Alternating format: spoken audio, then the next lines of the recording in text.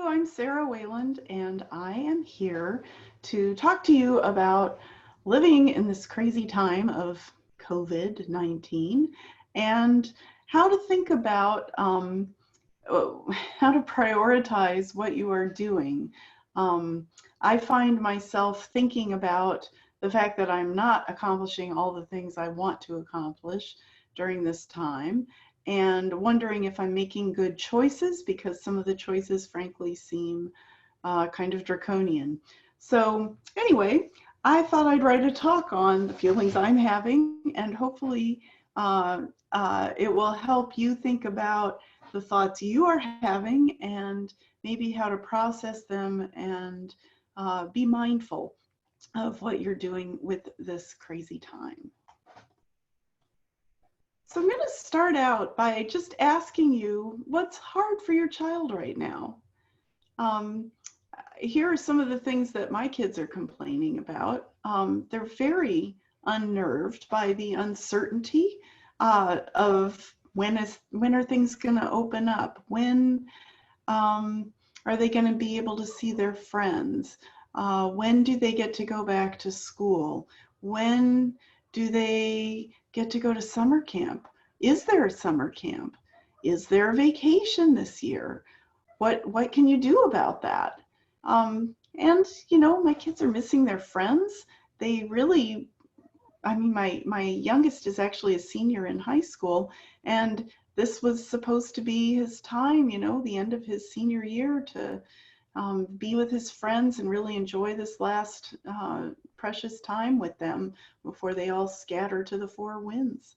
Um, and actually, he's missing school, which is kind of amazing because he used to complain about school quite a bit, and he's definitely missing being with his teachers. He adores his teachers, and he misses his friends. Also, he's getting a little too much of us. His dad and I are around 24/7, and we know when he's doing what he's supposed to be doing and when he's not. Um, and sometimes being away from somebody is a good way to actually connect with them when you return because you've experienced different things and have more to talk about. So sometimes there's too much togetherness. Um, and let's talk about remote learning. How is that going for your child? Honestly, for my youngest child, it's not going well at all. He hates it. It actually gave him a seizure a couple of weeks ago. He really doesn't like it, and it is really hard for him. There's a lot of executive functioning and organization and planning that you have to do, and you're not with the teacher, and it's hard for the teacher to adapt what they're doing to the kids that they're trying to teach. I'm seeing them work so hard. These teachers are amazing. They're working so hard for our kids, but online is not the same as in person. And for some of our kids, that's actually it makes it almost impossible. For other kids, they're loving it. They're loving it. It's very structured. They can stop the video when they want to. It's great. So, one size doesn't fit all. And if you are paying attention, I think you are reasonably worried about everything. What's going to happen to my family? My kids, their grandparents, one of them's in a nursing home, one of them is living by himself.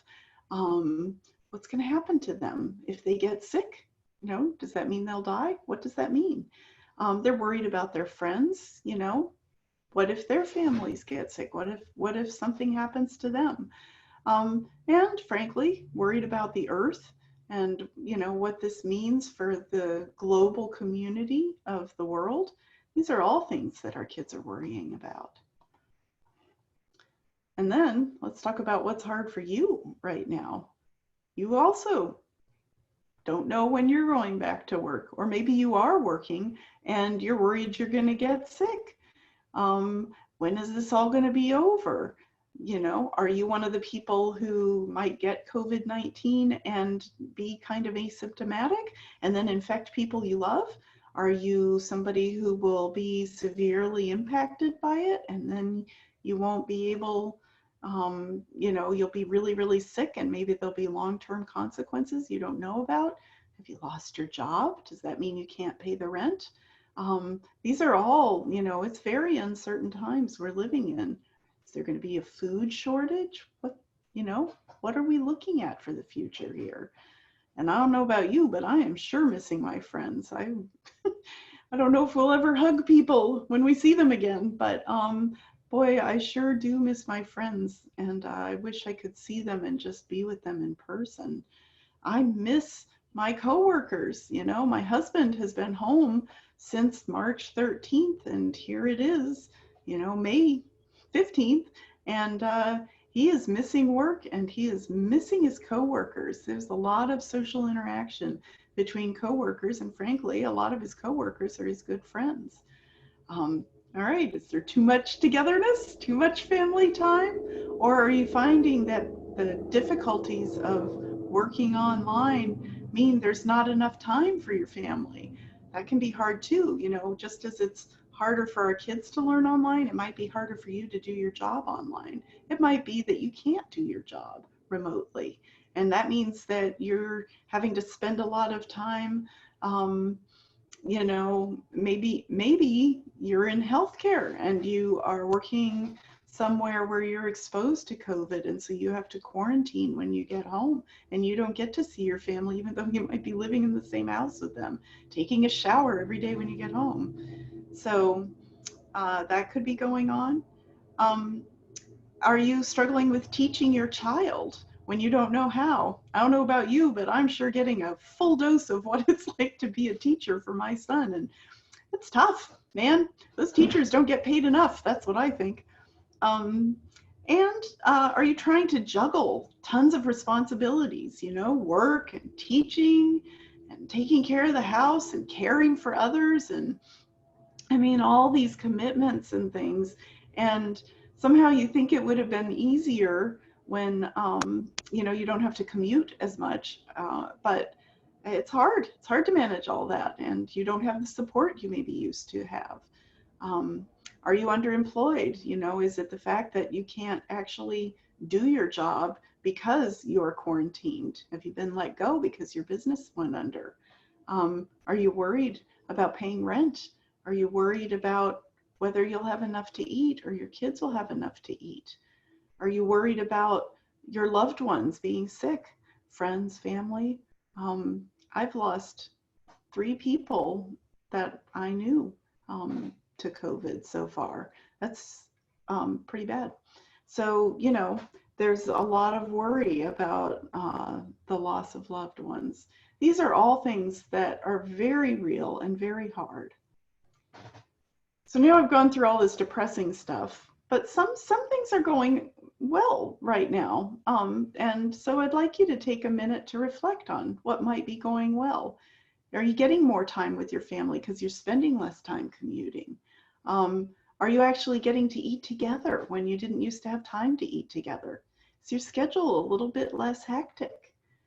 Do you have a renewed sense of what's important? Is it important to work so hard? Is it important to be with family? Is it important to go to lots of extracurriculars? Is it important to have some self-care? So are you reevaluating what's important? Taking care of the environment? I don't know what might be important to you. Something I've noticed, and it's really in your face, is, in the face of all this quarantining and lockdown, spring is springing here, and it's amazing. Everything is green and it's popping, and the birds are singing, and the squirrels are chasing each other everywhere. And I see raccoons in my neighbor's yard. And there are flowers everywhere. We have a mock orange in our front yard, and it's blooming. It's amazing. It smells so good. So, wow, spring is just awesome. Are you more aware of your community and how you might be able to contribute? Do you notice neighbors you hadn't noticed for a long time? Are you in touch with them more? Do you find yourself looking at the people who are helping others and thinking, wow, those are some amazing people. I have to tell you, my hat is off to the healthcare workers and the grocery workers and, you know, all the people, delivery people, all these people that are keeping the world going while the rest of us have the luxury of staying inside. Let me tell you, it's not easy for those people out there. And I am super grateful for them. And, you know, in many of those positions, they're kind of invisible. And I really think about them now. So what I'd like you to do as you think about all these things is I think it's a good idea to get clear about what your values are around what you are doing with your time here. So one of the things, you know, I talked about the things that were going well, the things that were not going well, and how this lockdown has really put a bunch of things into really sharp focus. I want you to actually pause the video after I get done going through this and take a minute to write down the things that you wish for when this is over. What do you wish, you know, what will you wish you had done when it's over? So I'd like you to think ahead 2 years. And as you look back on this time, what is a wish you have for your children during this time and as they come out from it? What is a wish you have for yourself? And what is a wish you have for your family? What do you hope to accomplish? What do you hope to come out on the other end, knowing or understanding or having learned or having accomplished? What is it that you would like to do? So pause the video for a minute and just take a few minutes to write down the wish you have for your children, yourself, and your family.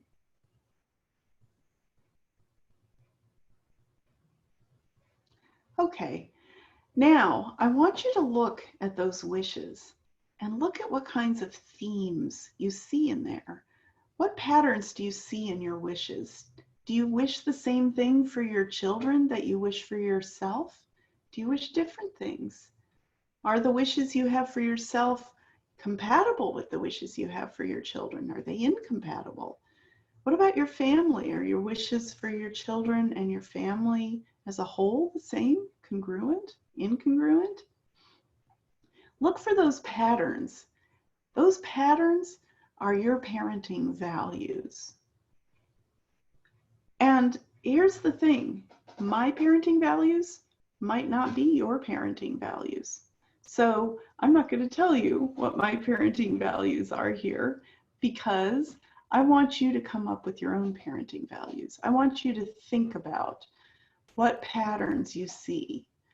Again, I'd like you to pause the video for a minute and just take a second to write down on the paper the patterns you see and what you think your core parenting values are for this time when we're in COVID-19 lockdown.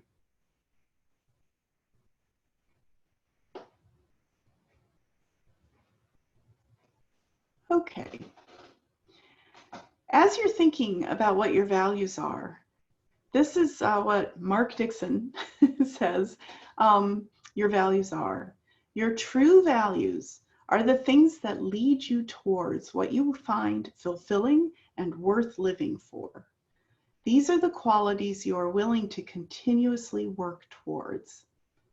So when you look at your values, you want them to be something that you feel really passionately about, something that you really want to work towards and are willing to make sacrifices to actually accomplish those values.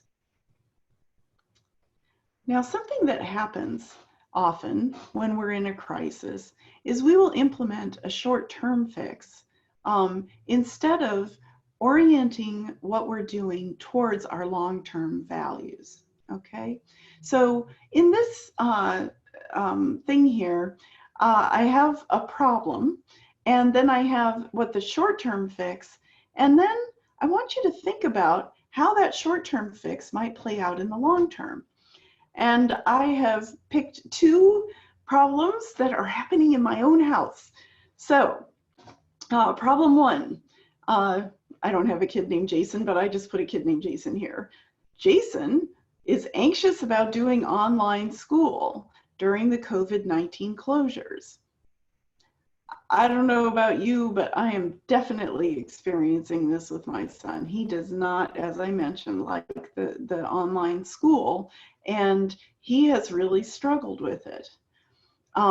So an easy short-term fix is that his parents might let him avoid the work so he won't freak out. And let me tell you, when my son's anxious, he takes us all down with him.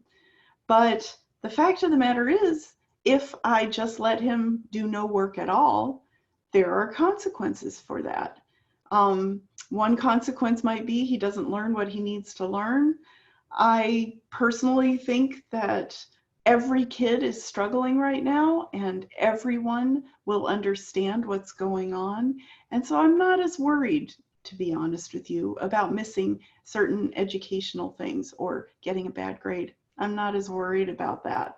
What I am worried about is whether Jason will learn a lesson from this, that when he needs to do something new that is hard, that he doesn't really have to do that. So he can just do something else and it's okay.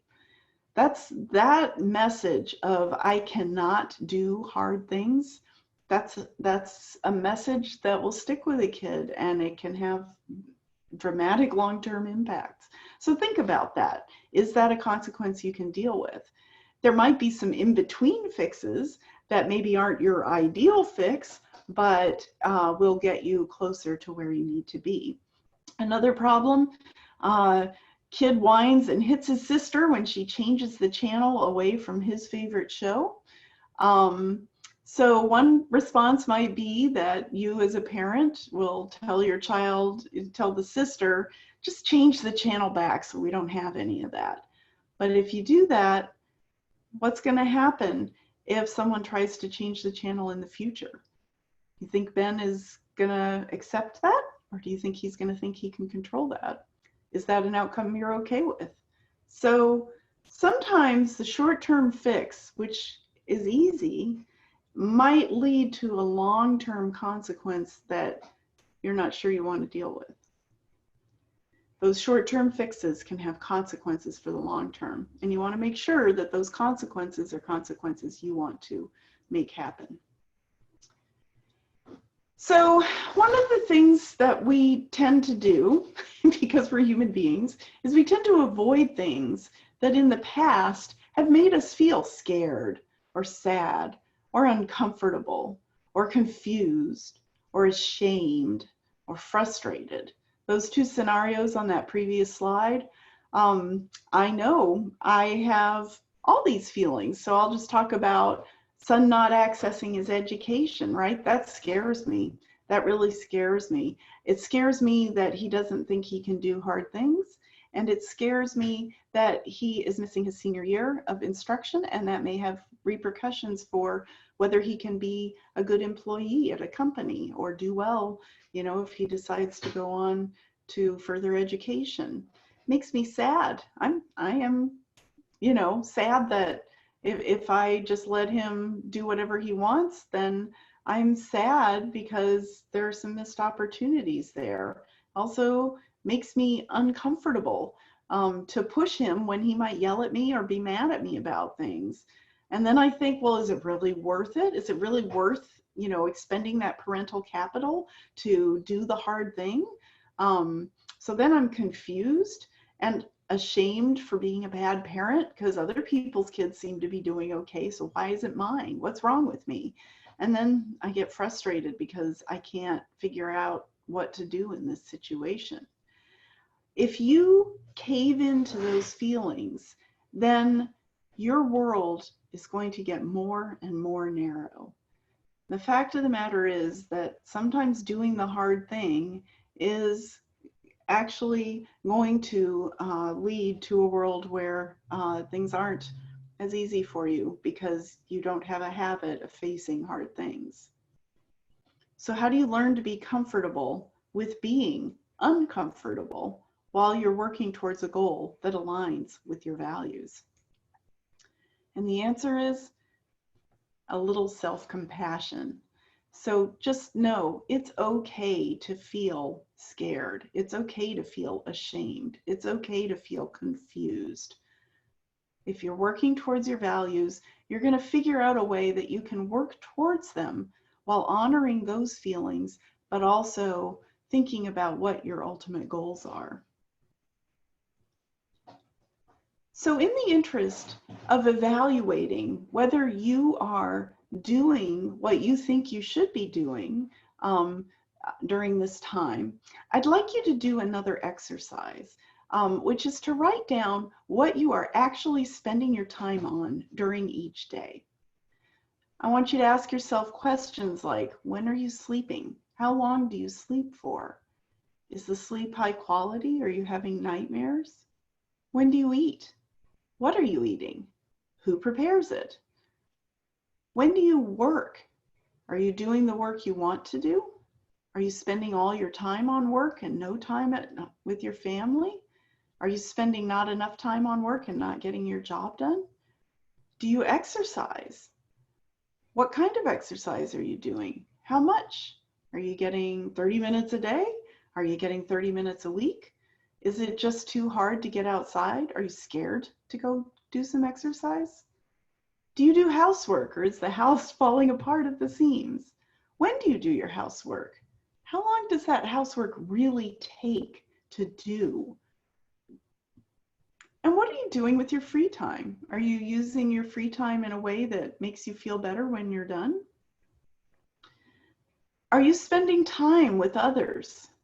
And what are you doing when you're with those others? I've got 4 people living in my house, so I am spending time with my husband, I'm spending time with my kids. And, you know, some of that time is really well spent and some of it kind of not so well spent. Maybe we're just sitting around, you know, all on our devices or whatever. Do those people you're spending time with feel loved when they are with you? Do they feel abandoned by you? How about your friends? Are you reaching out to them, talking to them on the phone or video chat? And last, but definitely not least in my list here, how are you taking care of yourself? What are you doing to help yourself feel whole? When do you do it? What time of day are you doing it? Think about what else you do during each day. And I want you to do a really thorough inventory and get all those things written down. And now, once you have those actions, because those are the actions we're talking about during COVID-19 closures, are those actions aligned with the goals you have? Which of those actions support your goals? Which do not? Are you sabotaging your goals? So I'm going to confess, one of my goals during COVID-19 is to emerge sane. And that sounds pretty minimal as a goal, but it is actually one of my top priorities, is to be emotionally okay when we get through this. And that requires making some tough choices. So for example, one of my choices might be, I'm not going to press my son as hard on his education as I might normally, because my relationship with my son is something that is core to my feelings about whether I'm sane or not. If my son hates me, that makes me feel pretty sad. And so I'm going to think about what's good for him, but I'm also going to be thinking about how am I supporting my own goals of emerging from this in a mentally healthy place. So this is a little grid, and again, I'm going to ask you to pause the thing here, but I want you to take a piece of paper and divide it into 4 quadrants. And in the lower right quadrant, I want you to write that core value that you identified at the very beginning of this presentation. What is that core value for you? So maybe your core value is to get your work done and not let your coworkers down. Maybe your core value is to make sure everybody gets good, good food to eat and you know, really has nice experiences with meals and eats nutritious, healthy foods. There are all sorts of core values that we might have that would be different. So I want you to write that core value in that lower right quadrant.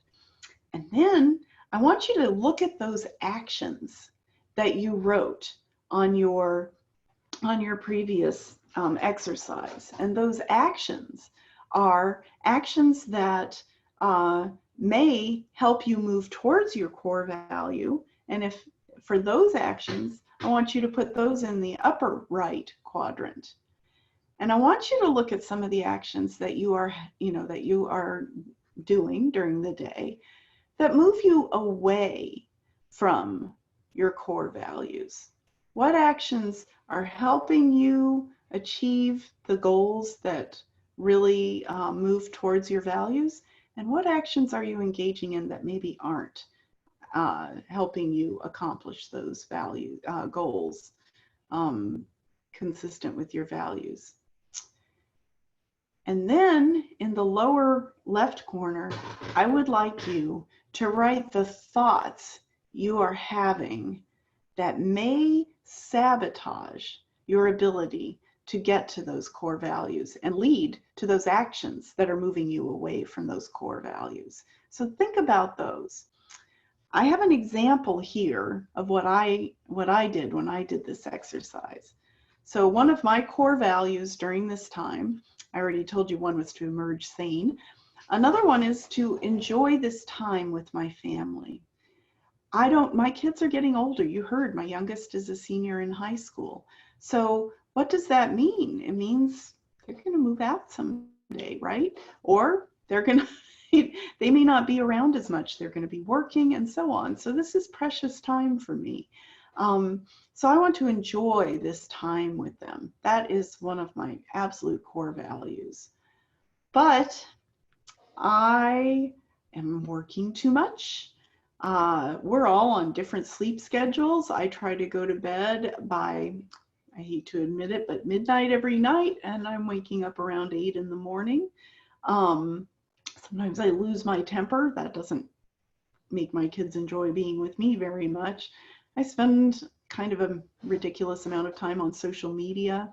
So those are actions I take that are not helping me enjoy time with my family. But some of the other things I'm doing actually are helping me with that. We eat family meals together, and we are definitely doing that more than we were before the lockdown. We are, as part of our exercise plan, we're taking walks together.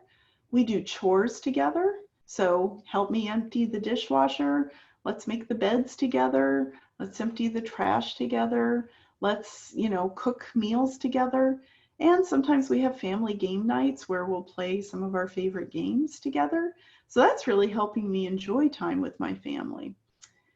And what are some of the thoughts that I'm having? Now, I work for myself, and I'm here to tell you, my boss does not think I'm doing a very good job. She is a real taskmaster. But at least it's just an internal battle for many people. This is very real, that people's supervisors may be in different situations. They may not have kids at home. They may not have kids with disabilities at home, because guess what? That's really hard. That is a layer on top of it that is super difficult to navigate. And if your boss thinks you're dropping the ball on stuff, if you're having those thoughts, then maybe that'll lead you to work too much, work more, and then you're not enjoying time with your family. You're balancing these competing things. Now, if your core value is to do a really good job at your work, then thinking that your boss doesn't think you're doing a good job might motivate you to work more, and that would help you move towards your core value. Another thought that I have is that sometimes I feel like I am getting on my kids' nerves by being so there all the time. And so all this togetherness can be hard on some people. And I think, a little apartness can sometimes be good. Absence makes the heart grow fonder, and there is no absence here. So sometimes I have thoughts like, we're getting on each other's last nerve, and that might make me lose my temper. It might mean that I don't propose family game night, or I don't think my kids will want to take a walk with me and I don't ask them to do that. And that has repercussions. I might have a thought that my partner isn't helping out around the house. And that's actually not a rational thought. He helps out a lot. We have different things we like to do. I do a lot of the cooking and I do a lot of the kitchen cleanup, but you know what? He cooks meals too, and he does laundry, and he helps out with the kids a lot. So he is actually helping a lot. But sometimes you have thoughts that make you do things that take you away from your core values. And I urge you to consider how those thoughts are supporting or moving you away from those core values. So once you're clear on what your values are and what actions you need to take to actually live those values, you're going to have to do some hard work and make some hard choices. So the first one is to respect your boundaries and to know what those boundaries are. Maybe getting enough sleep so you don't lose your temper with your family is a boundary that's super important to you. So you're going to make sure that you get 8 hours of sleep a night, no matter what. And that is your boundary. And if people take you away from that, think about how you're going to accomplish that goal. Maybe you'll sleep 4 hours in one chunk and 4 hours in another chunk. Think about how you're going to respect your own boundaries, but at the same time, live in the house you actually live in. Know what you stand for. So, if I say that my core value is enjoying time with my family, well, then I better make sure that I'm actually doing things in support of that and not hiding behind my computer and not spending time with them. You have to, make some choices, and that's hard. And here's why. Because you know what? You really can't do it all. You can't. It's just not possible. And that's okay. Life is full of hard choices. And so what you have to do is get very clear about the things that truly matter to you and be true to yourself. Brene Brown has this saying, which is really hard to live out, but boy, does it make a difference. Her saying is, clear is kind, unclear is unkind. If you figure out after doing this exercise that being with your family is more important to you than doing a good job, on the TPS report, then you need to let your boss know. You need to be clear. Guess what? I really can only work about 4 hours a day, and I am not able to work a full 8-hour day because I have to cook meals. I have, there's no babysitters for my kids. I have to help them with their schoolwork. There just aren't enough hours in the day. And just be clear about that. What if you're in a job that there's no negotiating with your supervisor about that? Then what are you going to do? Well, then maybe you need to talk to your kid's school and say, you know what? I'm in a job and I work, 12-hour shifts. And when I get home, it's all I can do to put food on the table. And my kid, I can't sit with them while they're accessing their remote education. It's just not possible. All right. So coordinating and collaborating with the people who are impacted by your decisions so that they know what's going on. That is really actually the kindest thing you can do. Because then once you say what your truth is, you can work it out with those people. So if your priorities conflict with the priorities of those who are relying on you, you have to tell them and figure out how you can work something out to where everybody can get what they need. There is no one right answer. So your goals and my goals may be really different. And you need to figure out how you're going to support your goals and what compromises you're going to have to make so that you can live your truth while the other people in your life can live their truth. So let's be honest. Now is not the time for lofty goals. Maybe your core value was cleaning the entire house and doing spring cleaning and getting everything organized.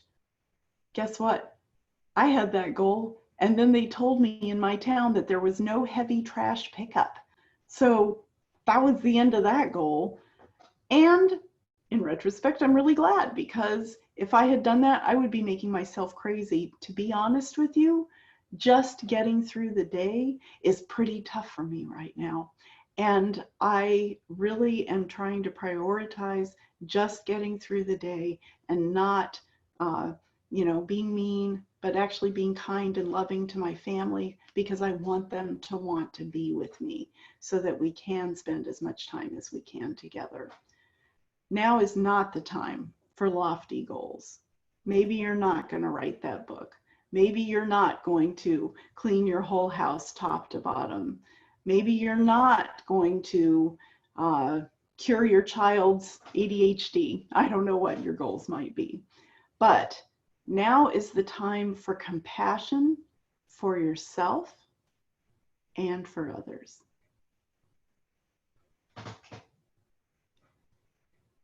So this is my favorite poem, and this is a poem about allowing yourself to have your feelings. Your feelings are valid and real, and something I have learned over the years is that if you do not honor those feelings and allow yourself to feel them, they have a way of popping up when you least expect them. So I'm going to read this poem to you. It's by Rumi, a Sufi poet, and so this is the poem called The Guest House. This being human is a guest house. Every morning, a new arrival. A joy, a depression, a meanness. Some momentary awareness comes as an unexpected visitor.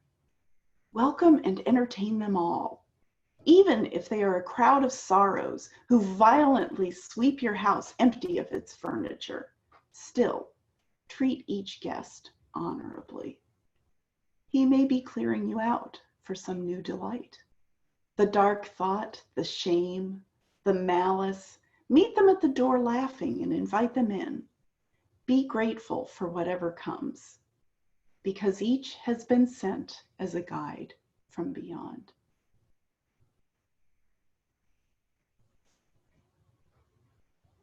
So if you try sometimes, you just might find you get what you need.